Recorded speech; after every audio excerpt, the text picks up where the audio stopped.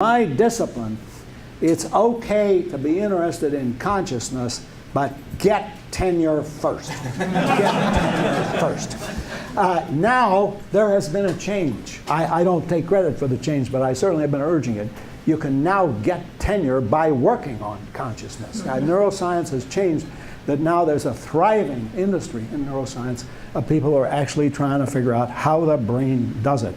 And when they figure that out, and I don't see any obstacle to figuring that out, it will be an enormous intellectual breakthrough when we figure out how exactly does the brain create consciousness. But in particular, that approach approach they're using now, I use the example of presenting stimuli that are near the threshold of perceptibility and we'll see what's the correlate in the brain. And the idea they have is, if you could figure out how the brain creates the experience of red, you've cracked the whole problem, because it's like DNA. You don't have to figure out how every phenotype is caused by DNA. If you get the general principles, that's enough.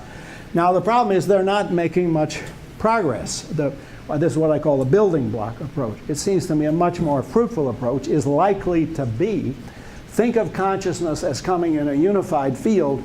Think of perception not as creating consciousness, but as modifying the conscious field. So when I see the red in this guy's shirt, it modifies my conscious field. I now have an experience of red I didn't have before. Most people, and it's the history of science supports them, use the building block approach, because most of the history of science has been proceeded atomistically. You figure out how little things work, and then you go to big things. They're not making much progress with consciousness, and I think the reason is you need to figure out how the brain creates the conscious field in the first place, because particular experiences like the perception of red or the sound of middle C, those modify the conscious field. They don't create a conscious field from nothing, they modify an existing conscious field. Now it's much harder to do that because you have to figure out how large chunks of the brain create consciousness.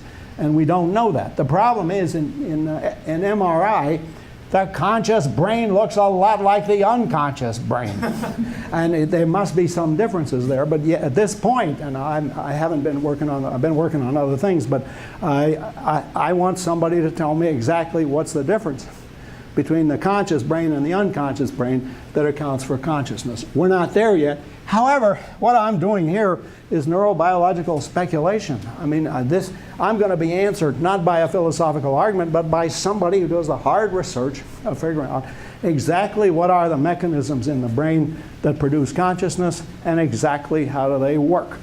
John, it's been an immense honor to be here with you today.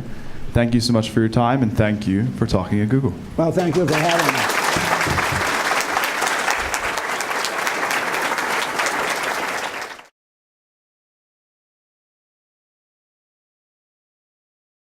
Very interesting that different parts of women's brains line up with the same problem. Men think about problems in a different part of the brain than the way. That's fascinating. Go ahead. Do you think that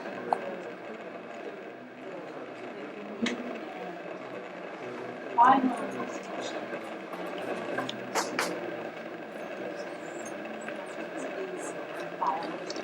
Isn't it that we feel things every day, affects our minds, and that's, in other words, our mind changes all the time. That will affect our mind and our sense of our surroundings. So it's never 0 to 1 to 1 to 1.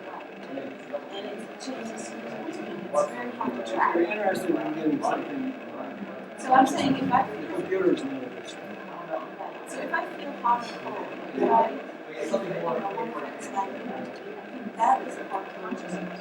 It's a change of perception of ourselves and our surroundings. Isn't that something that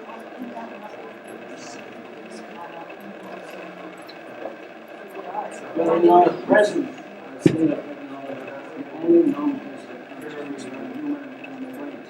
I hope somebody will create an artificial intelligence. And nobody's in the We don't have a theory. We don't have a theory. So we can't say it's consciously we don't have a theory. The computer program is very decided. We're talking about temperature and feel hot and cold. That gets somebody out. Which is like